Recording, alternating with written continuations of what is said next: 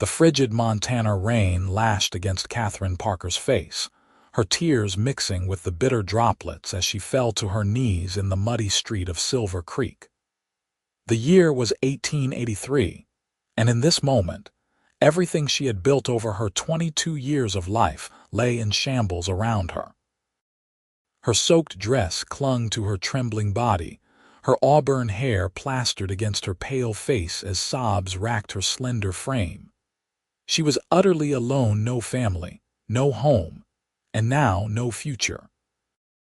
Wyatt O'Malley watched from the covered boardwalk of the Silver Creek saloon, his dark eyes narrowing at the sight of the woman collapsed in the downpour. At 30 years old, he'd seen his share of heartbreak and misery across the frontier, but something about this particular scene stirred something deep within his weathered heart. Without hesitation, he stepped off the wooden planks into the torrent, the rain immediately soaking through his shirt as he approached her. "Madam," he said, his voice low and steady as he removed his long leather duster coat, "this is no place for you." In one fluid motion, he draped the coat around her shoulders, the heavy garment immediately providing a shield against the merciless elements. Katherine flinched at his approach, then looked up through rain-soaked lashes at the tall figure now kneeling beside her. His rugged face was framed by dark hair that curled slightly in the dampness, and despite the harshness of his features, there was a gentleness in his eyes that made her trembling subside, if only slightly. "I have nowhere else to be," she whispered, her voice nearly lost in the pounding rain. Wyatt's jaw tightened as he took in her bedraggled appearance. "That may be so, but you'll catch your death out here." He remained close, not touching her but providing a presence that somehow felt like shelter itself. "My name is Wyatt O'Malley. I work the Silverhawk Ranch just outside of town. Whatever trouble you're in, we can figure it out someplace dry." Katherine clutched the edges of his coat tighter around herself. The leather smelled of horses, tobacco, and the open prairie sense of a life far different from the one she'd known back east. "Katherine Parker," she managed to say between shuddering breaths. I've lost everything today." The rain continued to pound mercilessly as Wyatt offered his hand. "Miss Parker, I don't make a habit of leaving folks to drown in the streets. There's a boarding house down the way. Let me take you there." For a long moment, Katherine stared at his outstretched hand. She had come west with dreams of teaching, of independence, of building a life free from the constraints she'd known in Boston. Now, just 3 days after arriving in Silver Creek, Montana, she found herself destitute, robbed of her savings and possessions by a charming confidence man who had pretended to be the school board representative. With nowhere else to turn, she placed her trembling hand in Wyatt's calloused palm and allowed him to help her to her feet. "I have no money," she admitted as they began walking through the mud toward the boardwalk. "The man who was supposed to help me secure the teaching position. He took everything." Wyatt's face darkened. "Jenkins," he growled. "Thomas Jenkins. Been working his schemes up and down the territory." He guided her carefully across the street, one strong arm supporting her elbow. "Half the law in 3 counties is looking for him. You know of him?" Katherine asked, momentarily forgetting her misery in her surprise. "Known of him for months," Wyatt replied grimly. "Never thought he'd have the nerve to come to Silver Creek." He paused at the entrance to the boarding house, a modest 2-story building with a sagging porch. "Mrs. Holcomb runs this place. She's a good woman, lost her husband in the war. She'll help you get sorted." Katherine stopped, suddenly aware of how this must appear a bedraggled woman being escorted by a cowboy she'd just met. "Mr. O'Malley, I appreciate your kindness, but I cannot accept charity. I have nothing to offer in return." Wyatt's expression remained impassive, but his eyes softened.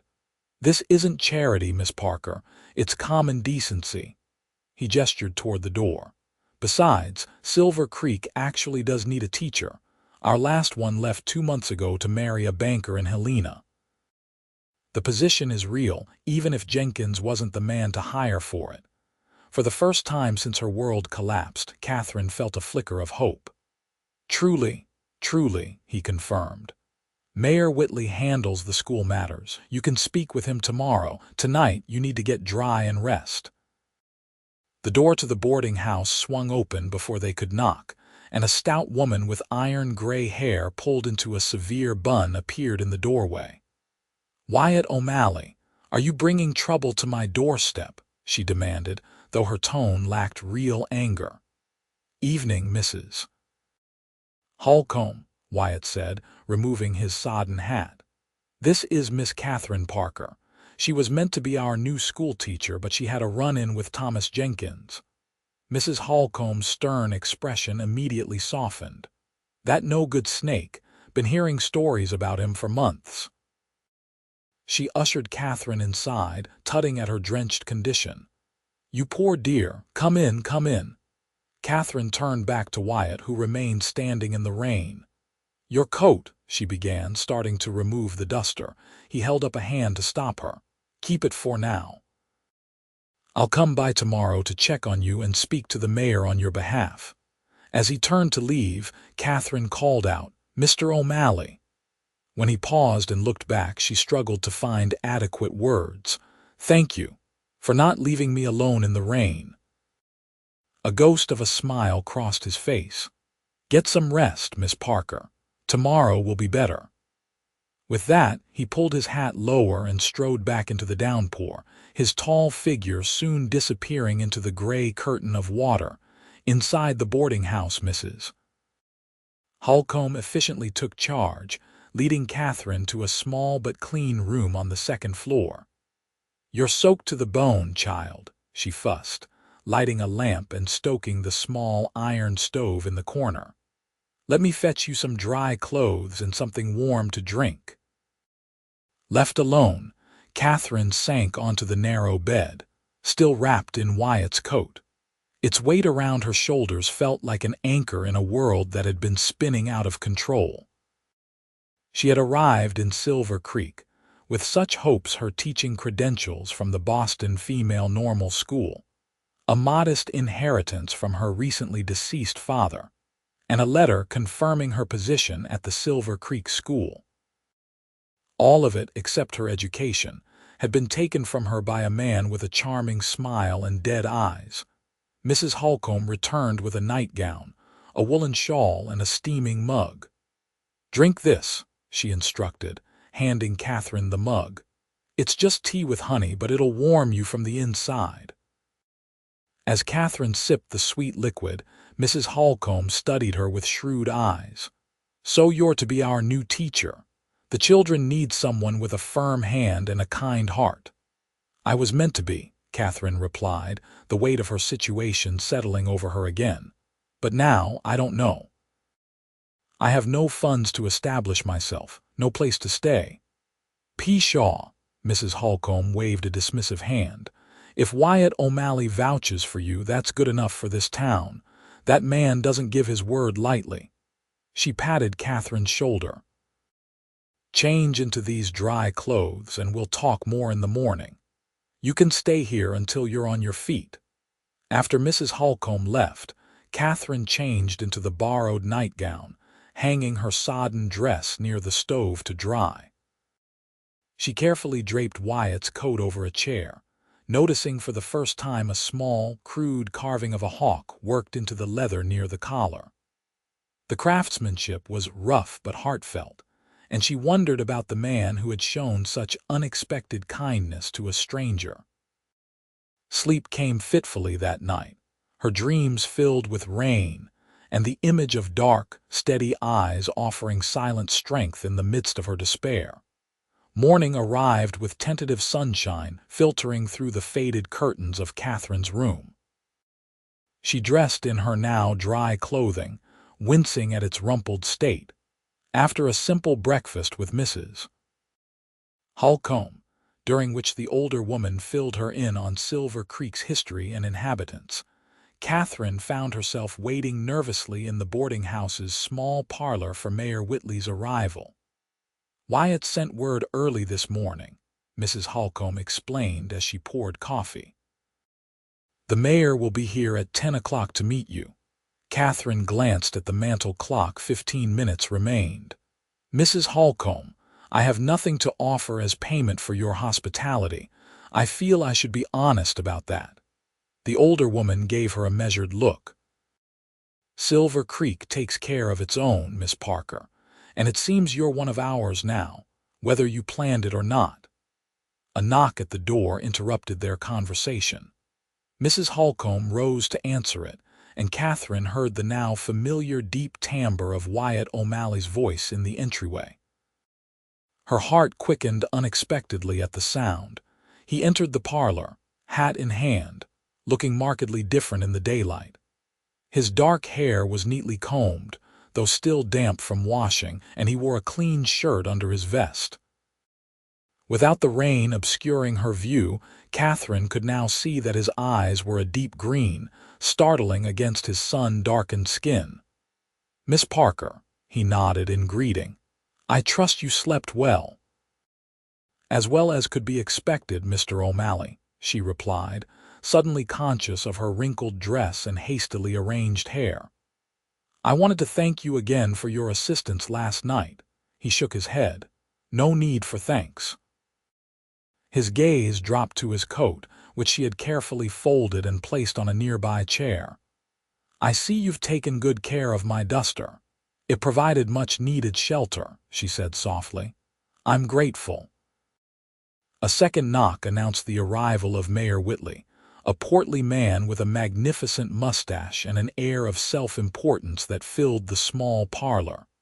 After introductions were made, they got down to business. "Miss Parker, I understand you have credentials from Boston?" the mayor asked, settling his considerable bulk into an armchair that creaked in protest. "Yes, sir," Katherine confirmed, producing her teaching certificate, the one document Jenkins hadn't managed to take. "I graduated from the Boston Female Normal School last year and taught for a term in a private academy before deciding to come west." Mayor Whitley examined the certificate, his bushy eyebrows rising slightly. "Most impressive." "And you say you received correspondence offering you the position here in Silver Creek?" Katherine's cheeks burned with embarrassment. "I did receive a letter, yes, but I now understand it was a fraudulent part of Mr. Jenkins' scheme." The mayor harumphed. "Jenkins has been working his way through the territory, leaving a trail of victims. You're not the first, I'm afraid." He handed the certificate back to her. "However, we do genuinely need a teacher.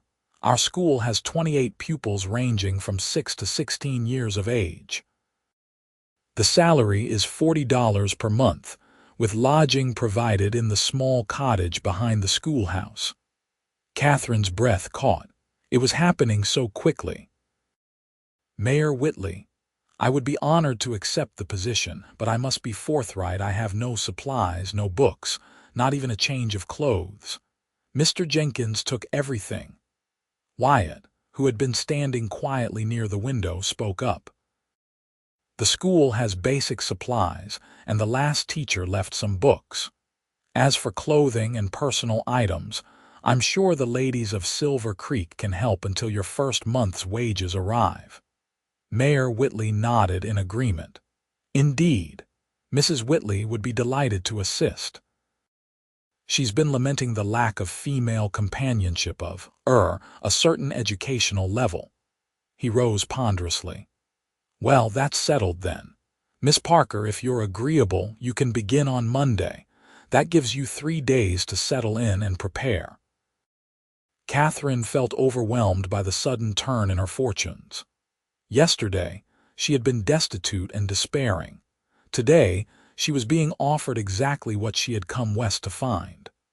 "I accept, Mayor Whitley, and I promise I will do my utmost to provide your children with the best education possible." After the mayor departed, Wyatt lingered. "I can take you to see the schoolhouse and cottage this afternoon if you'd like," he offered. "I need to head back to the ranch now, but I could return around 3. "That would be very kind," Katherine said, studying him with curiosity. "But why are you doing all this for me, Mr. O'Malley? You don't know me." A shadow crossed his face.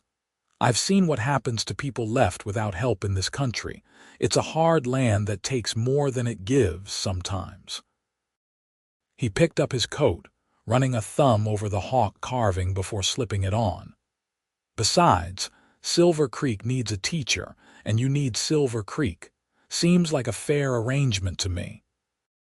As promised, Wyatt returned that afternoon with a wagon, and they set off toward the schoolhouse at the edge of town. Katherine found herself stealing glances at his profile as he drove, noting the straight line of his nose, the firm set of his jaw, and the slight crinkles at the corners of his eyes that suggested he smiled more than he had in her presence. "Have you been in Silver Creek long, Mr. O'Malley?" she asked, breaking the comfortable silence between them. 5 years, he replied, guiding the horses around a muddy section of road. "Came west after the war, worked cattle drives up from Texas for a spell, then found myself here. Foreman at Silverhawk Ranch now." "The war?" Katherine asked, realizing he was older than she'd initially thought. "You fought in the Civil War," a muscle worked in his jaw. "Enlisted in '63 when I was 18. Rode with the 7th Illinois Cavalry."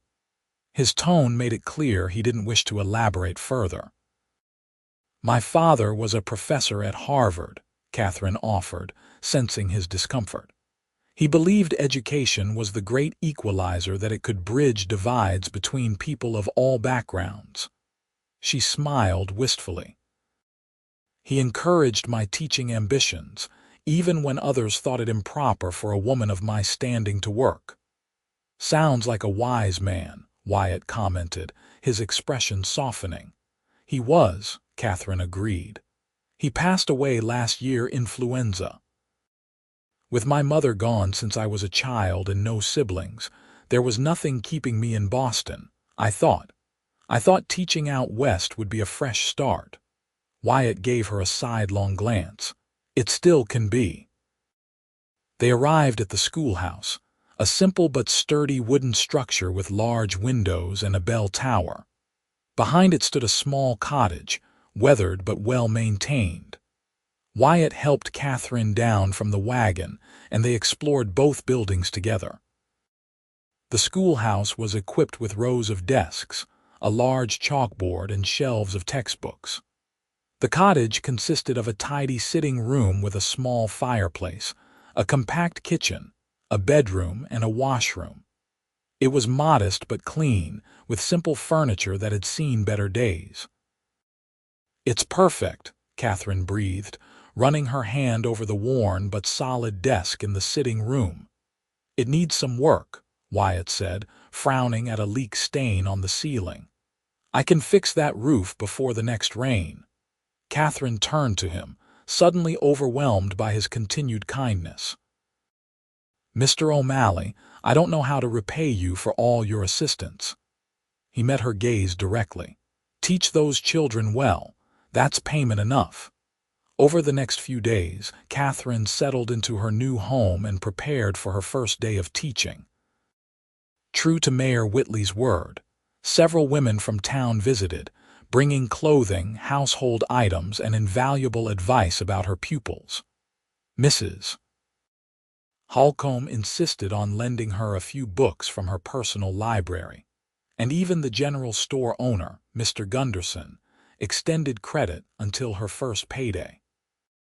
Throughout it all, Wyatt appeared regularly, fixing the roof as promised, chopping firewood for her woodpile, and ensuring she had everything she needed. Katherine found herself looking forward to his visits, drawn to his quiet strength and the rare moments when his serious demeanor gave way to a genuine smile. On Sunday evening, the night before her first day of teaching, Katherine sat on her small porch, watching the sunset paint the Montana sky in brilliant oranges and purples. The sound of approaching hoofbeats drew her attention to the path from town. Wyatt dismounted from his horse, a beautiful chestnut gelding, and approached with a small package in his hand. "Evening, Miss Parker. Thought you might need this for tomorrow." He handed her the package, wrapped in brown paper and string. Inside, Katherine found a small brass bell polished to a shine. "For the classroom," she explained, seeing her questioning look. "The old one cracked last winter." "It's lovely," she said, running her fingers over the smooth metal. "Thank you. You nervous about tomorrow?" he asked, leaning against the porch railing. Katherine nodded. "A little. 28 children is quite a responsibility." "You'll do fine," he said with conviction. "Silver Creek children are a good bunch, mostly, though you might want to keep an eye on the Donovan twins." "Notorious troublemakers, those two," she laughed, and the sound seemed to please him, bringing that rare smile to his face. "I'll consider myself warned, Mr. O'Malley." "Wyatt," he corrected her. "If we're to be friends, you might as well use my given name." "Wyatt," she repeated, liking the way it felt to say it. "Then you must call me Katherine." Their eyes met, and something passed between them, a moment of connection that transcended their brief acquaintance.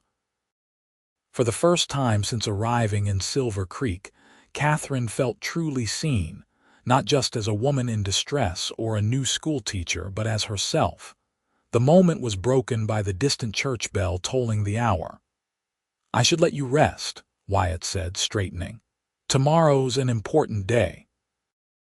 As he mounted his horse, Katherine called out, "Will I see you tomorrow?" He paused, looking back at her with an expression she couldn't quite decipher.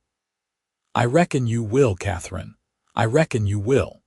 Katherine's first day as Silver Creek schoolteacher proved both exhausting and exhilarating. The Donovan twins, freckle-faced boys of 10, did indeed try to test her authority by placing a small garden snake in her desk drawer. Rather than screaming as they clearly expected, Katherine calmly picked up the reptile, gave an impromptu lesson on garter snakes, and informed the boys they would be staying after school to clean every desk in the classroom. By day's end, she had earned the respect of most of her pupils and the beginnings of affection from some. As the last child departed, Katherine sank into her chair, both proud of her accomplishment and overwhelmed by the challenges ahead. A knock at the schoolhouse door roused her from her contemplation. Wyatt stood in the doorway, hat in hand, a question in his eyes. "How was your first day as Silver Creek schoolmistress?" Katherine smiled tiredly. "Educational for me as much as for the children, I think." He chuckled, stepping inside and glancing around the classroom. "I see you survived the Donovan boys." "Barely," she admitted with a laugh, "though I believe we've reached an understanding." "That's more than most manage in a month," he said, clearly impressed. He hesitated, then added, "I brought something for you." From behind his back, he produced a small bouquet of wildflowers. "Not much, but I thought your cottage could use some color." Katherine accepted the flowers, touched by the gesture. "They're beautiful, thank you." She buried her nose in the blossoms, inhaling their sweet scent. "I've never seen some of these varieties before." "The blue ones are harebell," Wyatt explained. "Grow all over the high meadows at Silverhawk. The yellow are arnica, good for bruises and such." "You know quite a bit about plants," Katherine observed, arranging the flowers in a jar of water. Wyatt shrugged. "My mother was knowledgeable about such things, taught me which plants heal and which harm." A shadow crossed his face at the mention of his mother, but he quickly masked it. "I should let you get home and rest." "Actually," Katherine said impulsively, "I was planning to walk by the creek this evening. Mrs. Donovan mentioned there's a pleasant path that follows the water. Would you care to join me?" Surprise flickered across his features, followed by something that looked like pleasure. I'd be honored. The creek that gave Silver Creek its name ran just beyond the schoolhouse property, a clear, fast-moving stream bordered by cottonwoods and willows. As they walked along its banks in the golden evening light, Katherine found herself opening up to Wyatt about her hopes and fears, her past in Boston, and her uncertain future in Montana Territory. In turn, he shared pieces of himself, his childhood in Illinois, his difficult years after the war when he drifted westward, and eventually, how he came to Silver Creek and found a place at Silverhawk Ranch. The owner, Jonathan Hawk, took a chance on me, Wyatt explained as they paused to watch a heron fishing in the shallows. I was pretty rough around the edges back then, drinking too much, fighting when provoked, not proud of those days. What changed? Katherine asked softly. Wyatt's gaze followed the heron as it speared a fish with deadly precision. Hawk's daughter, Emily, was thrown from her horse during a thunderstorm. I found her, brought her home through the worst of it. After that, Hawk decided I was worth something, made me his foreman. He turned to Katherine, his expression earnest. Sometimes all it takes is one person seeing something in you that you can't see yourself. I understand that, Katherine replied, thinking of her father's unwavering belief in her abilities. My father was that person for me. As the sun began to set, they reluctantly turned back toward the cottage. At her door, Wyatt hesitated. There's a social at the church this Saturday evening. Nothing fancy, just music and dancing, some food. Would you consider attending? With me? Katherine felt a flutter of excitement. I would like that very much. His smile, a full, genuine one that transformed his entire face, was worth every hardship she had endured to reach this place. The following weeks established a pattern that gave Katherine's life in Silver Creek a comfortable rhythm. Her days were filled with teaching, her evenings often spent in Wyatt's company. Sometimes he brought supplies or game from a hunting trip. Other times, they simply walked by the creek or sat on her porch talking as the stars appeared above them. The church social proved to be a turning point in their relationship. Katherine wore a borrowed dress from Mrs. Whitley, a lovely blue calico that complemented her auburn hair. When Wyatt arrived to escort her, his appreciative gaze made her cheeks flush with pleasure. "You look beautiful," he said simply, offering his arm. At the social, Katherine was formally introduced to the community as more than just the new teacher. Dancing with Wyatt, feeling his strong hand at her waist, she became aware of how deeply her feelings for him had grown in the short time they had known each other. The way his eyes sought hers across the room, the gentle pressure of his fingers against hers as they danced, all spoke of reciprocated feelings that neither had yet voiced. As summer progressed into early autumn, their courtship continued, measured and respectful. Wyatt never presumed beyond what was proper, yet Katherine found herself longing for more than just conversation and chaperoned outings. One crisp October afternoon, Wyatt invited her to ride out to Silverhawk Ranch. "I'd like you to meet Mr. Hawk and his family," he explained. "They've been asking about the woman who's had me riding into town so often." Katherine agreed readily, curious about the place and people that had shaped Wyatt's life for the past 5 years. Silverhawk Ranch proved to be larger than she had imagined, a sprawling operation with a handsome main house. Bunkhouses for the cowboys, barns, corrals, and thousands of acres of grazing land stretching toward distant mountains. Jonathan Hawk was a weathered man in his 50s with shrewd eyes and a firm handshake. His wife, Eleanor, welcomed Katherine warmly, while their daughter Emily, a spirited young woman of 20, regarded her with undisguised curiosity. "So you're the schoolteacher who's captured our Wyatt's attention," Emily said bluntly as they sat down to dinner. "He's never brought a woman to the ranch before." "Emily," Eleanor admonished, though her eyes twinkled with amusement.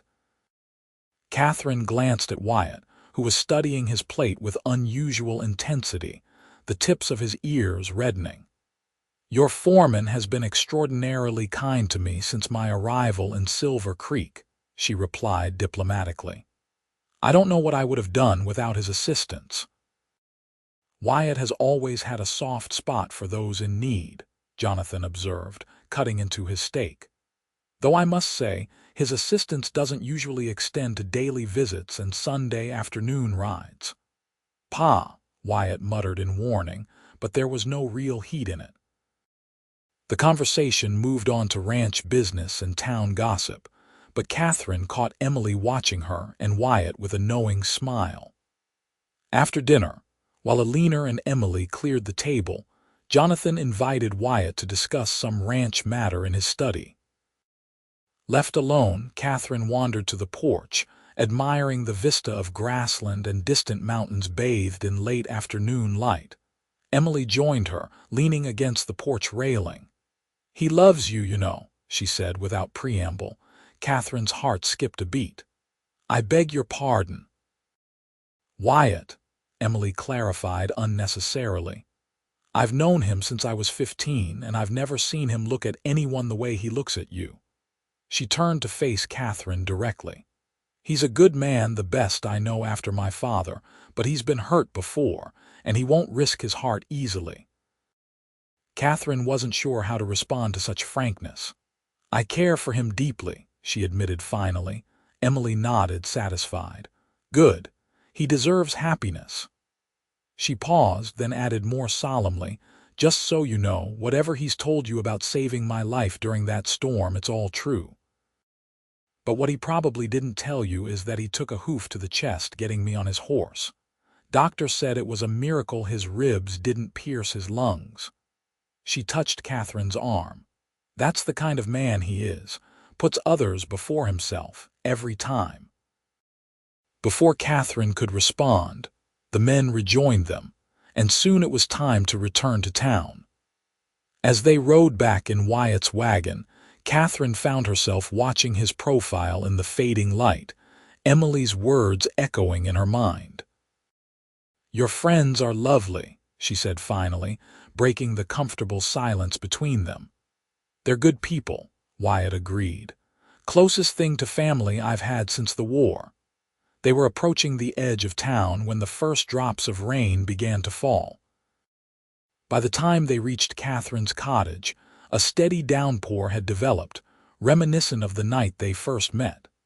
"Seems fitting," Katherine remarked as Wyatt helped her down from the wagon, both of them getting soaked in the process. "We've come full circle with the rain." Instead of immediately saying goodnight, Wyatt lingered on her porch, rain dripping from his hat. "Katherine," he began, then hesitated. "I've never been good with words, but I need to say this." He took a deep breath. "These past months, knowing you, being with you, it's changed me." "Changed everything." He removed his hat, holding it nervously in his hands. "I love you. I think I started falling the moment I saw you in the rain that night." Katherine's heart soared at his declaration. "Wyatt," she whispered, stepping closer to him, "I love you too." The rain continued to fall around them as Wyatt pulled her gently into his arms, his lips finding hers in a kiss that felt like coming home after a long journey. His arms were strong and sure around her waist, and Katherine knew with absolute certainty that this was where she belonged. When they finally broke apart, Wyatt rested his forehead against hers, his eyes closed as if memorizing the moment. "I never thought I'd find this," he murmured. "Never thought I deserved it." Katherine placed her hand against his cheek, feeling the roughness of his day's stubble. "Everyone deserves love, Wyatt O'Malley. Especially you." The following Sunday, Wyatt took Katherine on a ride into the hills above Silver Creek. They picnicked in a meadow filled with late-blooming wildflowers, talking and laughing as clouds drifted overhead. As they were preparing to return, Wyatt suddenly grew serious. "Katherine," he said, taking her hand in his, "I'm not a wealthy man. I have my position at Silverhawk, some savings, and a small parcel of land I've been working on whenever I can spare the time. He met her eyes directly.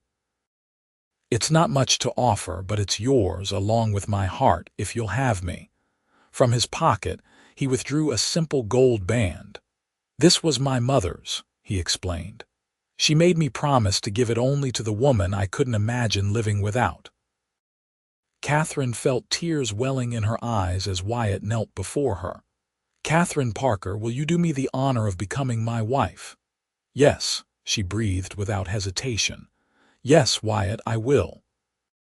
His hands trembled slightly as he slipped the ring onto her finger, and when he rose to kiss her, Katherine knew she had found not just love, but a true partnership that would weather whatever challenges life might bring. News of their engagement spread quickly through Silver Creek, met with general approval, and only a few raised eyebrows at the relatively brief courtship. Mayor Whitley assured Katherine she could continue teaching after marriage if she wished, a progressive stance that reflected the practical needs of the frontier town. The wedding was planned for December, allowing time for Katherine to write to her few remaining connections in Boston, and for Wyatt to complete work on the cabin he was building on his land. The plot was situated halfway between Silver Creek and Silverhawk Ranch, a compromise that would allow Katherine to continue teaching while Wyatt maintained his position as foreman. As the wedding date approached, Katherine found herself busier than ever, dividing her time between her teaching duties, preparations for the wedding, and helping Wyatt with the cabin whenever possible. The women of Silver Creek rallied around her, assisting with her trousseau and wedding plans, while the men occasionally joined Wyatt for cabin-raising efforts on Saturdays. 2 weeks before the wedding, a heavy snowstorm swept through the region, blanketing Silver Creek in white and making travel difficult. Katherine hadn't seen Wyatt for 3 days, as the trail between town and Silverhawk Ranch was reportedly impassable. On the 4th day, as she was dismissing her pupils early due to increasing snowfall, she was surprised to see Wyatt's chestnut gelding standing outside the schoolhouse, steam rising from its flanks. Wyatt burst through the door as the last children were leaving, snow crusting his coat and hat. "Katherine," he said urgently, "I need you to come with me to the ranch. Emily's taken ill typhoid, the doctor thinks. Alina's beside herself, and Emily's been asking for you." Without hesitation, Katherine gathered her things. "Of course. Let me get my coat." The ride to Silverhawk Ranch was treacherous, with the horse struggling through drifts and the bitter wind cutting through their clothing. Wyatt kept one arm firmly around Katherine's waist as she sat before him in the saddle, his body shielding hers from the worst of the elements. At the ranch, they found the household in crisis. Emily lay burning with fever in her bedroom, Alina keeping vigil at her side while Jonathan paced the hallway, his usually confident demeanor shattered by fear for his only child. "Thank God you're here," Alina said when Katherine entered the sickroom. "She's been calling for you." Emily's eyes fluttered open at the sound of voices, her normally vibrant face flushed with fever. "Katherine," she whispered, "you came." "Of course I came," Katherine said, taking the young woman's hand. It burned against her own. "Rest now. I'll stay with you." For the next 3 days, Katherine rarely left Emily's bedside, spelling Alina so the exhausted mother could rest. Wyatt divided his time between ranch duties, caring for Jonathan, who seemed to have aged years and days, and checking on Emily and the women tending her. On the 3rd night, as Katherine bathed Emily's forehead with cool water, the young woman's fever broke. By morning, she was able to take broth and tea, and the doctor pronounced her on the road to recovery. "You saved my daughter's life," Jonathan said gruffly to Katherine as she finally prepared to return to town the following day. "I won't forget that." "We did it together," Katherine replied, including a leaner in her glance. That's what family does. The older couple exchanged a look, and Alina stepped forward to embrace Katherine. Yes, she said softly. That's exactly what family does. As Wyatt drove her back to town in the ranch sleigh, Katherine leaned against him, exhausted but content. Emily will recover fully. Doctor says she'll be weak for a while, but she's young and strong. He pressed a kiss to her temple. Thank you for coming. I know it was dangerous in this weather. Did you truly think I wouldn't? She asked, looking up at him. He shook his head, smiling down at her with such tenderness it made her heart ache. No, I knew you would come. That's one of the countless reasons I love you. The week before the wedding brought an unexpected visitor to Silver Creek. Katherine was at the general store selecting fabric for curtains when she heard a familiar voice that sent a chill down her spine. Surely a town of this size must have better accommodations than what I've seen thus far, the voice complained. I've traveled all the way from Boston. Katherine turned slowly to find herself face to face with her aunt, Hester Blackwell, a stern-faced woman in expensive traveling clothes who had never approved of Katherine's decision to become a teacher, much less move west. Aunt Hester, Katherine gasped. What on earth are you doing here? The older woman's eyes widened in recognition. Katherine, there you are. I received your letter about your impending marriage and came at once. She looked around the store with poorly disguised disdain. Though if I had known what sort of place this was, I might have simply sent my objections by post. Mr. Gunderson, the store owner, raised his eyebrows at the exchange but discreetly moved away to give them privacy. Objections, Katherine repeated. I wasn't aware my marriage plans required your approval. Aunt Hester drew herself up.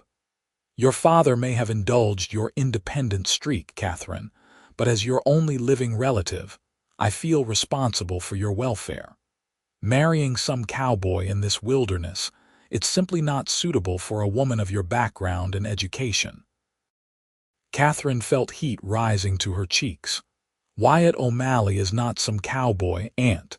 He is a respected ranch foreman, a veteran, and the finest man I've ever known. She took a deep breath, steadying her voice. And Silver Creek may not be Boston, but it's my home now. These people have shown me more kindness and acceptance in a few months than I ever received in years of Boston society. Aunt Hester's expression softened slightly. Katherine, I'm not trying to be cruel. I simply worry about you. What kind of life can this man offer you? What future? A life filled with love, purpose, and partnership, Katherine replied without hesitation. Isn't that what any marriage should aspire to? Before her aunt could respond, the store's door opened, bringing a blast of cold air and Wyatt himself. He stopped short at the tableau before him, his eyes moving from Katherine's flushed face to the elegantly dressed stranger regarding him with undisguised assessment. Wyatt, Katherine said, moving to his side and taking his arm. This is my Aunt Hester Blackwell from Boston. Aunt, this is Wyatt O'Malley, my fiancé. To his credit, Wyatt showed no surprise at the unexpected introduction. He removed his hat and nodded politely. Madam, welcome to Silver Creek. Aunt Hester's eyes narrowed as she took in Wyatt's tall form, from his worn boots to his weather-roughened face. Mr. O'Malley, I understand you intend to marry my niece. Yes, madam, Wyatt replied steadily. A week from Saturday, God willing. And how do you propose to provide for her? Aunt Hester demanded, dispensing with pleasantries. Katherine was raised in comfort with servants and social standing. Katherine started to object to this interrogation, but Wyatt squeezed her hand gently. I can't offer your niece the kind of luxury she knew in Boston, he admitted. But I can promise to work every day to give her a good home, security, and a life filled with respect and love. His green eyes held Aunt Hester's challenging gaze without wavering. I believe Katherine values those things above material comforts, but if I'm mistaken, she's free to return east with you." The store fell silent, even Mr. Gunderson freezing in place at this declaration. Katherine stared at Wyatt, realizing he was offering her a choice, a final opportunity to reconsider the life she was choosing. She turned to her aunt. "I'm staying, Aunt Hester. I'm marrying Wyatt and we're building our life here. You're welcome to attend the wedding, but if you've come to take me back to Boston, you've wasted your journey." Aunt Hester's lips thinned, but something in her eyes, perhaps respect, flickered at Katherine's firm stance. "Very well. I can see your mind is made up." She adjusted her gloves with precise movements. "I'll need accommodations, of course, and I suppose I should see this school where you've been teaching." It wasn't acceptance, but it wasn't rejection either. Katherine would take it as a victory for now.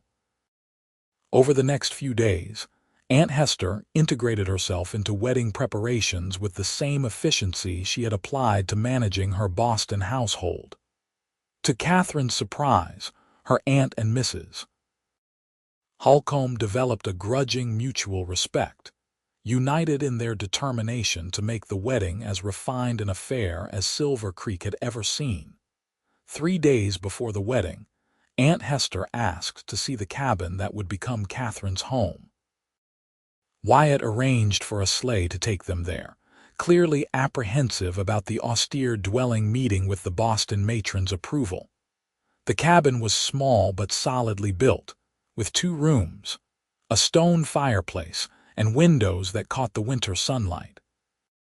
Wyatt had finished the interior walls with smooth planks, built simple but sturdy furniture, and even installed shelves for Katherine's books.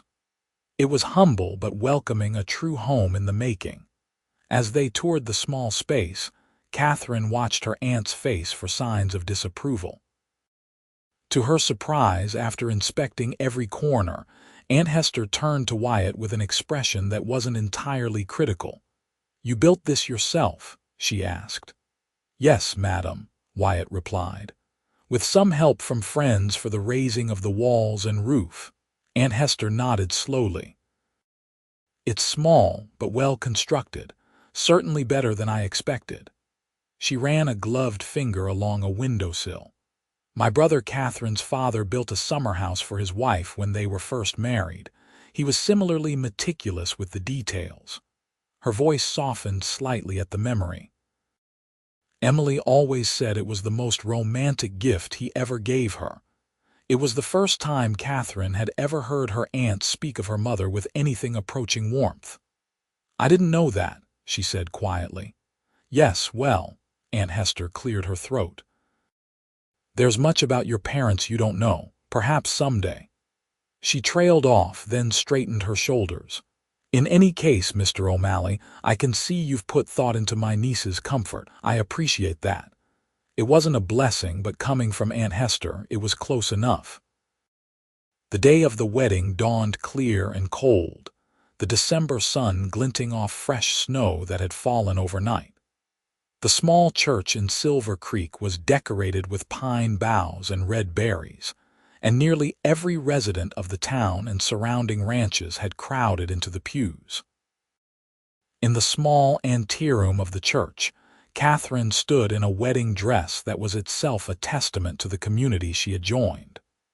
The material had been ordered from Denver by Mrs. Whitley. The lace collar was a contribution from Mrs. Holcomb, and the tiny pearl buttons had been Aunt Hester's unexpected gift. Eleanor and Emily Hawk had helped with the sewing, and the result was a gown that, while simple by Boston standards, was elegant and perfectly suited to its wearer. "You look beautiful," Aunt Hester said, adjusting the small wreath of winter greenery in Katherine's hair. There was a suspicious brightness in the older woman's eyes. "Your mother would be proud." Katherine squeezed her aunt's hand. "Thank you for being here." The ceremony itself was brief but heartfelt. As Katherine walked down the aisle on Jonathan Hawk's arm, a role he had insisted on taking in the absence of her father, She saw only Wyatt waiting for her at the altar, his eyes filled with such love and certainty that any last vestiges of doubt vanished from her heart.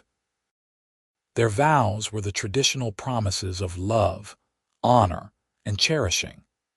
But as they spoke the ancient words, they imbued them with meanings unique to their journey from that rainy night when Wyatt covered a crying stranger with his coat to this moment of public commitment. The celebration afterward was held in the town hall, transformed by the women of Silver Creek into a festive space with garlands, candles, and tables laden with food contributed by every family. There was music from local fiddlers, dancing, and more laughter than Katherine could remember hearing in one place. As evening fell, Wyatt led his bride to the waiting sleigh that would take them to their new home. Snow had begun to fall again, light flakes drifting lazily in the lantern light as the townspeople gathered to bid them farewell. Aunt Hester approached as Wyatt was helping Katherine into the sleigh. "I'll be returning to Boston tomorrow," she announced, "but I want you to have this." She pressed a small package into Katherine's hands. "Consider it a belated wedding present." Inside the package was a deed to 20 acres adjoining Wyatt's property, along with a letter promising a quarterly allowance that would supplement their income without being ostentatious. "Your father left more than you knew," Aunt Hester explained. "This is your rightful inheritance." Katherine was speechless, but Wyatt stepped forward to shake Aunt Hester's hand firmly. "Thank you, madam. We'll put it to good use." The older woman nodded, then surprised everyone by leaning forward to kiss Katherine's cheek.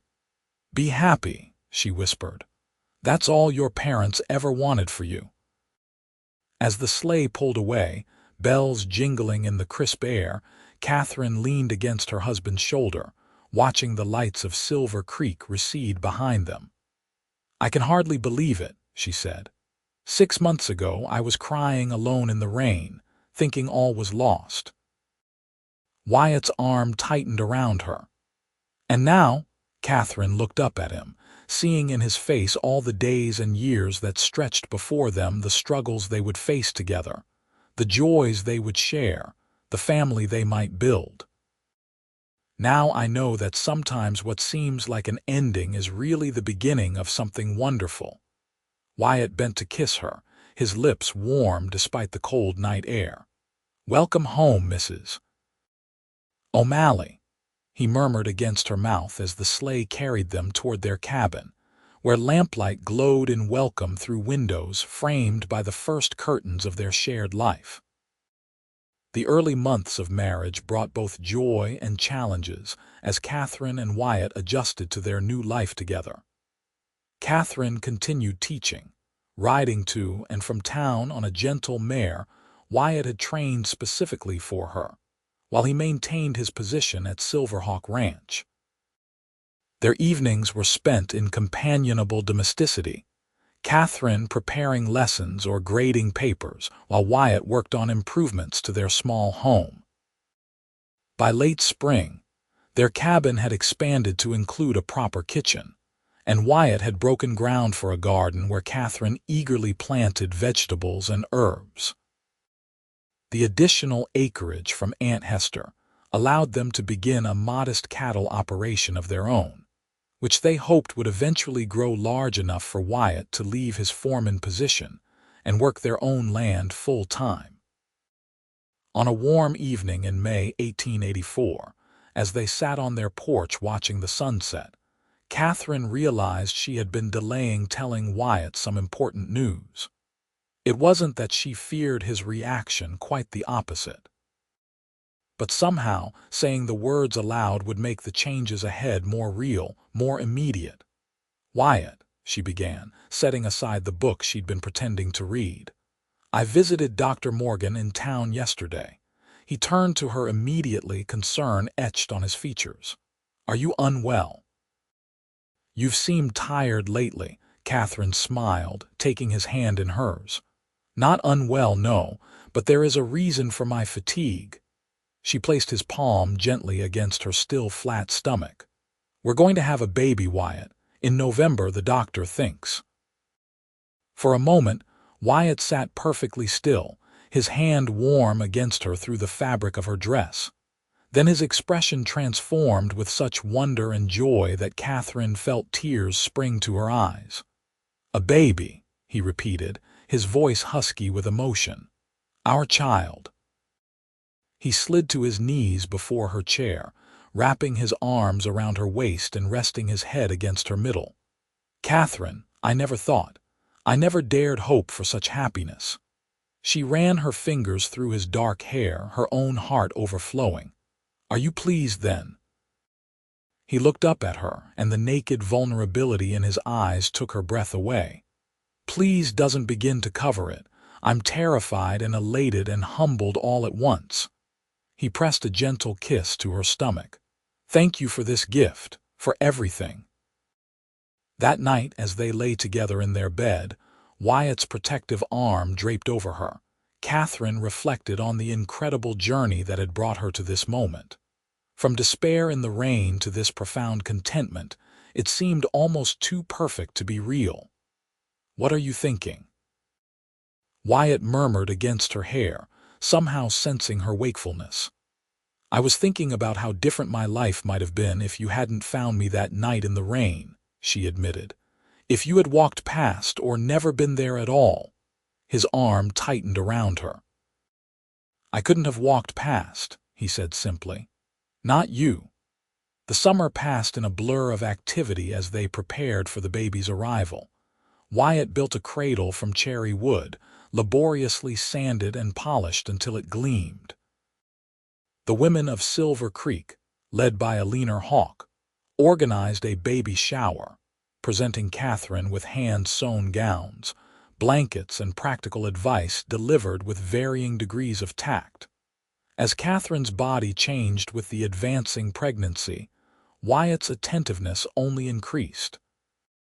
He insisted on hiring a local girl, Jenny Miller, to help with household tasks, and arranged for a wagon to take Katherine to and from school once the autumn term began. "I'm perfectly capable of walking, Wyatt," Katherine protested. "Women have been having babies since the beginning of time, often while working in fields or tending livestock. And I've been worrying about you since the day I met you," he countered, helping her into the wagon despite her objections. "Indulge me in this, please." How could she refuse when he looked at her that way? So Katherine accepted the assistance, secretly grateful for the consideration even as she maintained that it was unnecessary. October brought an early cold snap, with frost silvering the grass each morning. Katherine had reluctantly agreed to end her teaching term early, as the baby was now making its presence very much known. Her formerly slender frame now distinctly rounded with new life. On a crisp Saturday, Katherine was hanging the last of the laundry on the line while Wyatt mended a fence in the small corral they had built for their growing herd. A rider approached from the direction of Silverhawk Ranch, and Katherine recognized Jonathan Hawk's distinctive silhouette. "Jonathan," she called in greeting, one hand supporting her aching back. "What brings you out this way?" The rancher dismounted, nodding respectfully to Katherine before turning to Wyatt, who had walked over from the corral. "Got a telegram from the marshal in Helena," he said without preamble. "Thomas Jenkins has been spotted in Granite Creek." Katherine felt a chill that had nothing to do with the autumn air. Jenkins, the confidence man who had stolen her money and belongings when she first arrived, had been a shadow at the edges of her happiness. Never quite forgotten, though rarely mentioned. Wyatt's expression hardened. "How reliable is the information?" "Marshall thinks it's solid," Jonathan replied. "He's asking for men who can identify Jenkins to ride to Granite Creek and confirm it's him before they make an arrest. Thought you might want to be part of that, considering." Wyatt glanced at Katherine, conflict evident in his eyes. The possibility of bringing Jenkins to justice clearly appealed to him, but leaving his pregnant wife, even briefly, was clearly not something he took lightly. "You should go," Katherine said, surprising herself with the steadiness of her voice. "If it's truly Jenkins, he deserves to face consequences for his actions not just against me, but against all the people he's defrauded." "It's a 3-day ride to Granite Creek," Wyatt said, concern etching lines around his eyes. "You're due in less than a month." Katherine placed her hand on his arm. "First babies often come late. Dr. Morgan said so himself. Besides, Alina has already insisted I stay at Silverhawk for the last few weeks before the birth. I'll be well looked after." Jonathan nodded in confirmation. "Alina would have my hide if I suggested otherwise. She's already prepared the blue bedroom for Katherine." Still, Wyatt hesitated. "I don't like leaving you now." "I know," Katherine said softly, "but I also know how important it is that men like Jenkins are stopped. Think of how many other women might be spared what I went through." That argument, appealing to Wyatt's protective instincts, finally swayed him. "All right," he agreed reluctantly, "but I'll ride hard and be back as quickly as possible." The next morning dawned gray and threatening snow as Wyatt prepared to depart.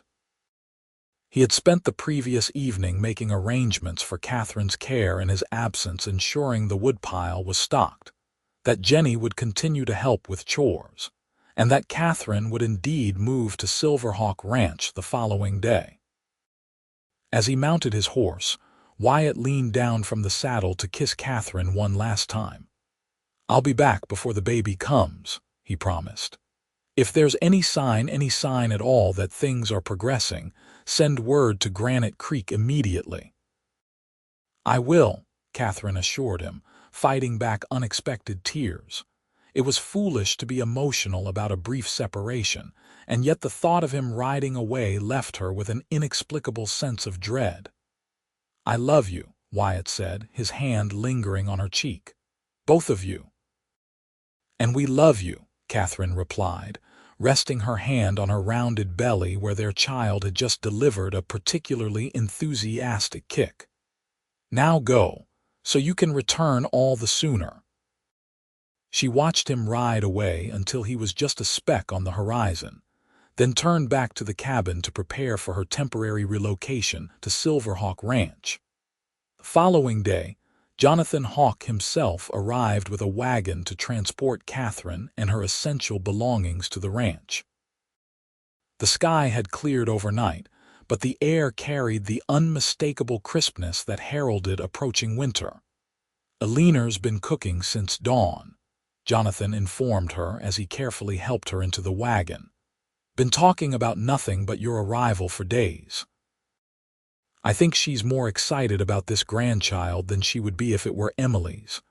Katherine smiled at the thought of the formidable Alina Hawk's enthusiasm. "She's been so kind to us. You all have." Jonathan harumphed, embarrassed by the sentiment. "Your family now." "Nothing kind about taking care of your own." The ride to Silverhawk was uneventful, and Katherine was soon installed in the comfortable blue bedroom that Alina had prepared. True to Jonathan's word, the older woman fussed over Katherine like a mother hen, insisting she rest, eat, and generally allow herself to be pampered. "Women work too hard right up until their time," Alina declared as she supervised Katherine's settlement into the room. "Then they wonder why labor is so difficult. You'll rest now, and that's final." Emily, fully recovered from her bout with typhoid, was equally solicitous, bringing books from the ranch's substantial library and offering to write letters for Katherine when her back ached too much to sit comfortably at a desk. 3 days passed with no word from Wyatt or the posse that had ridden to Granite Creek. On the 4th morning, Katherine awoke to the first real snowfall of the season, fat flakes drifting past her window and accumulating on the sill. By midday, the snow was falling heavily, and an uneasy feeling settled over the ranch household. Jonathan paced from window to window, checking the weather and muttering about the pass to Granite Creek. Will the snow make travel difficult? Katherine asked as she joined the family for lunch, one hand supporting her increasingly unwieldy midsection. Jonathan and Alina exchanged a glance before the rancher answered carefully. If it keeps up like this, the high pass could become impassable for a time. Nothing to worry about, though Wyatt knows these mountains better than most. But worry she did, especially when the storm showed no signs of abating through the afternoon and into the evening. By nightfall, the snow was swirling in white sheets, driven by a howling wind that rattled the windows of even the sturdy ranch house. First real blizzard of the season, Jonathan pronounced as they gathered in the main parlor after dinner. Likely to last a day or two by the look of it. Katherine tried to hide her concern, focusing instead on the embroidered baby gown she was finishing. Wyatt will be careful, she said, as much to reassure herself as the others. He wouldn't take unnecessary risks. Of course not, Alina agreed quickly. Now, let me show you the quilt I've been working on for the baby. It's a pattern my grandmother brought from Virginia. The distraction was welcome, and Katherine allowed herself to be drawn into discussions of baby preparations and names. They had decided not to select a name until the child was born, but Katherine secretly harbored hopes for a boy with Wyatt's green eyes and quiet strength. The blizzard continued through the night and the following day, effectively cutting Silverhawk Ranch off from town and the surrounding countryside. By the second night, Katherine found sleep elusive, her concern for Wyatt mounting with each hour that passed without word. She was sitting by the window in her room, watching the snow illuminated by moonlight that occasionally broke through the clouds, when the first pain gripped her. It wasn't severe, more a tightening across her lower back and abdomen, but its unexpectedness made her gasp. "Too early," she whispered to her unborn child. "Your father isn't home yet. You need to wait a little longer." But the baby, it seemed, had its own schedule. Over the next hour, the pains returned at irregular intervals, each one slightly more intense than the last. Katherine paced her room, trying to recall everything she had read about childbirth, and everything the women of Silver Creek had told her. When a particularly strong contraction made her grip the bedpost for support, Katherine realized she could no longer deny what was happening. She made her way down the hallway to Alina and Jonathan's room, knocking softly on the door. Alina answered almost immediately, as if she had been waiting for this very summons. One look at Katherine's face told her everything she needed to know. "How long?" she asked, taking Katherine's arm to support her. "A few hours," Katherine admitted. "I thought it might be false labor at first, but now I'm certain." Alina nodded, immediately taking charge. "Jonathan," she called over her shoulder to her husband, who was already rising from bed. "Ride to town for Dr. Morgan. Emily," she continued as her daughter appeared in the hallway, awakened by the commotion, "prepare the birthing room and heat water." The next hours passed in a blur of pain and moments of clarity for Katherine. She was aware of being moved to another room, of Alina's capable hands checking her progress, of Emily's worried face as she wiped Katherine's brow with a cool cloth. "The doctor won't be able to get through in this weather," she heard Jonathan tell Alina in a low voice when he returned, snow-covered and grim. "Pass to town is completely blocked. Then we'll manage without him," Alina replied firmly. "Women have been bringing babies into the world since Eve, with or without doctors." Katherine wanted to be brave, to face this challenge with the same determination she had shown when confronting other obstacles. But as the pain intensified and Wyatt's absence became an aching void, fear began to overtake her courage. "Wyatt," she gasped during a moment of respite between contractions. "He doesn't know. Alina squeezed her hand. He'll be here as soon as he can. For now, you focus on bringing this child safely into the world. Everything else can wait. The labor progressed through the night and into the following day, the blizzard still raging outside as Catherine's world narrowed to the rhythm of contractions and the desperate need to see her child's face. Alina proved to be a skilled midwife, her calm confidence never wavering even when Catherine's strength began to flag. "I can't," Katherine whispered after a particularly grueling contraction. "I can't do this." "Yes, you can," Alina insisted, her weathered face close to Catherine's. "You're strong enough for this. Remember that night in the rain when Wyatt found you? You survived that. You survived leaving your home, building a new life here. This is just one more step on that journey." Something in Alina's words rekindled Catherine's determination. She thought of Wyatt, of how he would want her to be strong, of how much he had wanted this child. With renewed purpose, she focused all her energy on the task at hand. As the short winter day began to fade toward dusk, Katherine felt a shift in the labor, an overwhelming pressure and an instinctive understanding of what needed to happen next. "It's time," Alina confirmed after checking her progress. "With the next contraction, Katherine, I need you to push." The final stage of labor was intense, but mercifully brief. With Emily supporting her back and Alina guiding the baby's entry into the world, Katherine gave one last monumental effort and was rewarded with the thin, indignant wail of a newborn. "A boy," Alina announced, her voice thick with emotion as she placed the squalling infant on Catherine's chest. "A strong, healthy boy."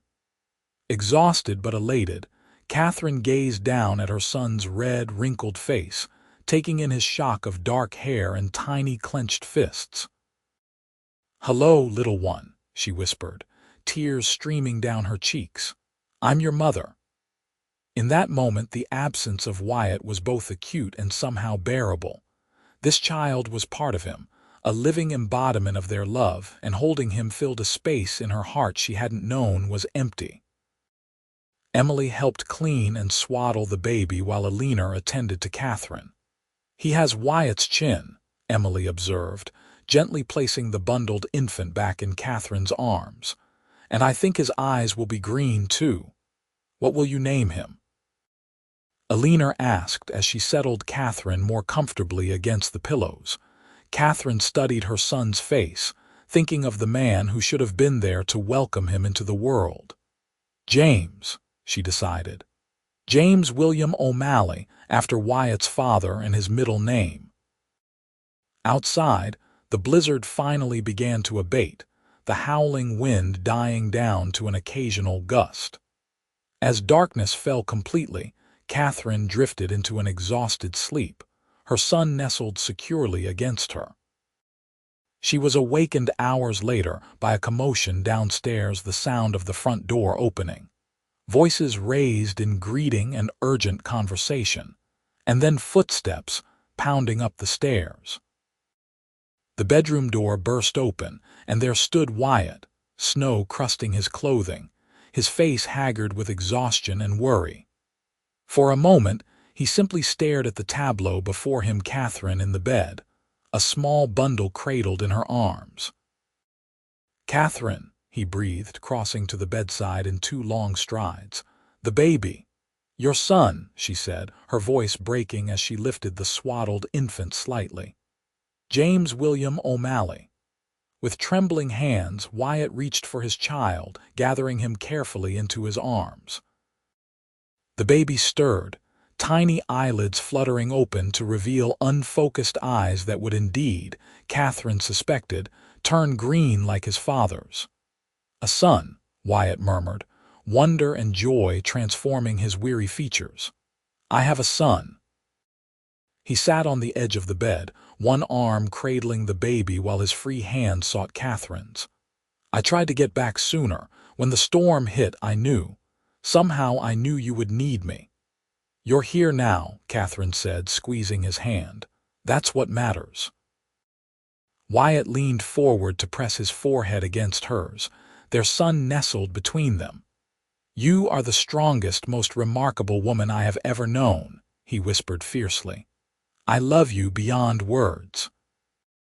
In the days that followed, as the snow slowly melted and travel became possible again, news of James William O'Malley's birth spread throughout Silver Creek. Visitors braved the muddy roads to offer congratulations and gifts for the new arrival. Dr. Morgan, finally able to make the journey, pronounced both mother and child in excellent health, complimenting Alina on her midwifery skills. Wyatt reported that Thomas Jenkins had indeed been apprehended in Granite Creek, caught in the act of defrauding a young widow.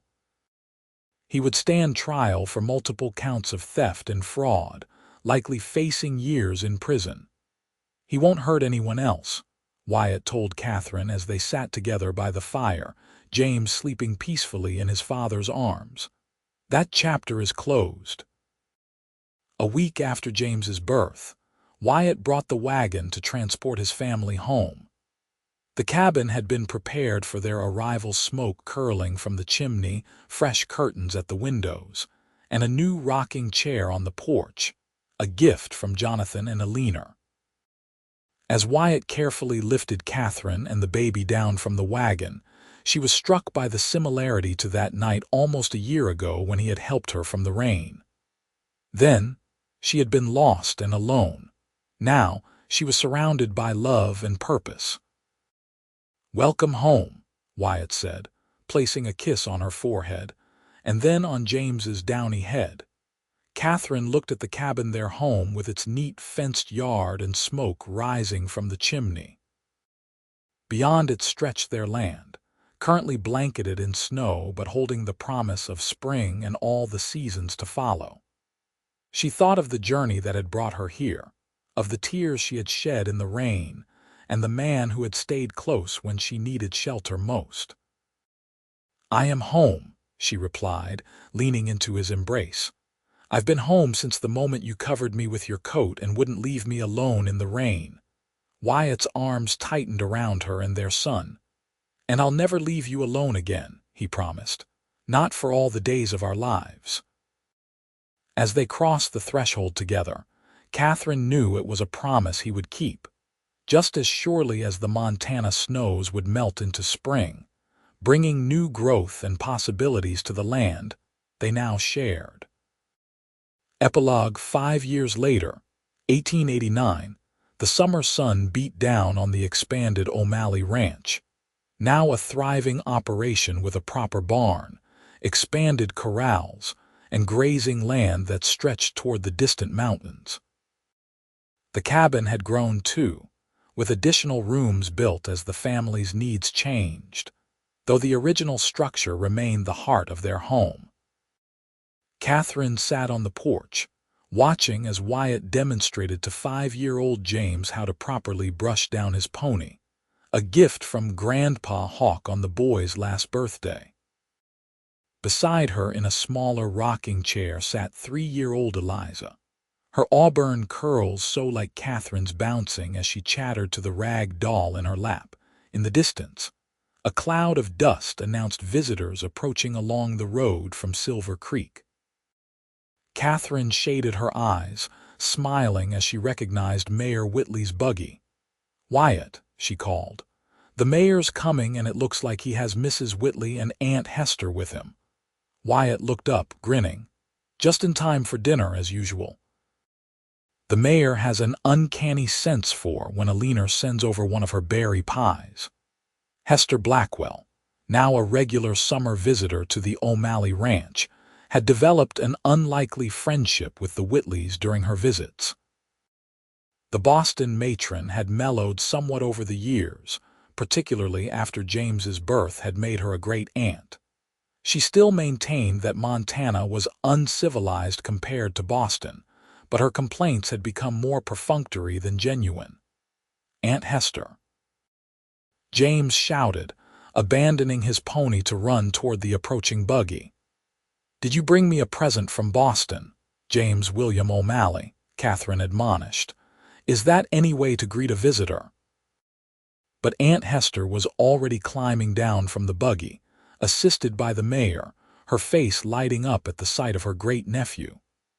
As a matter of fact, young man, I may have something in my trunk for a well-behaved boy who's been practicing his letters. James bounced on his toes. I have been. Mama says I'm the best reader in the family, except for her and Pa. And modest too, Wyatt chuckled, coming to stand beside Katherine, one hand resting lightly on her shoulder. As their visitors settled on the porch with cool drinks, Katherine excused herself to check on dinner.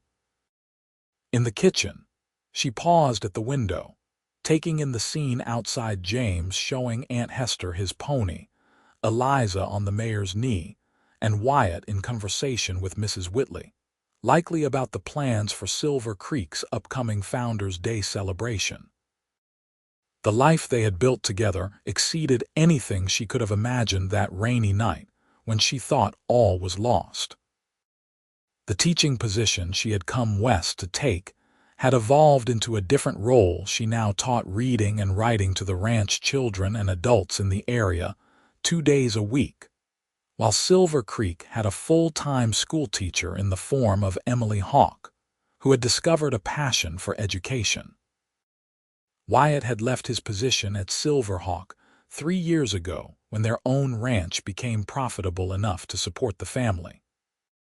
Jonathan Hawk remained a close friend and advisor, treating James and Eliza as his own grandchildren, while Alina was a constant presence, particularly when Katherine had experienced a difficult miscarriage the previous year.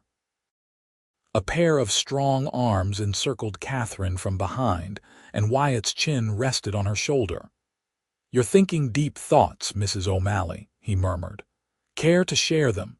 She leaned back against his chest, savoring the solid warmth of him. "I was just reflecting on how fortunate we are, how far we've come." Wyatt turned her in his arms, his green eyes so like James's now searching her face.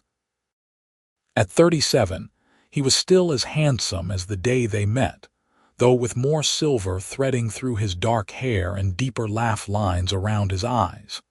"Any regrets?" he asked softly, a question he still posed occasionally, as if part of him couldn't quite believe she was truly content with the life they shared.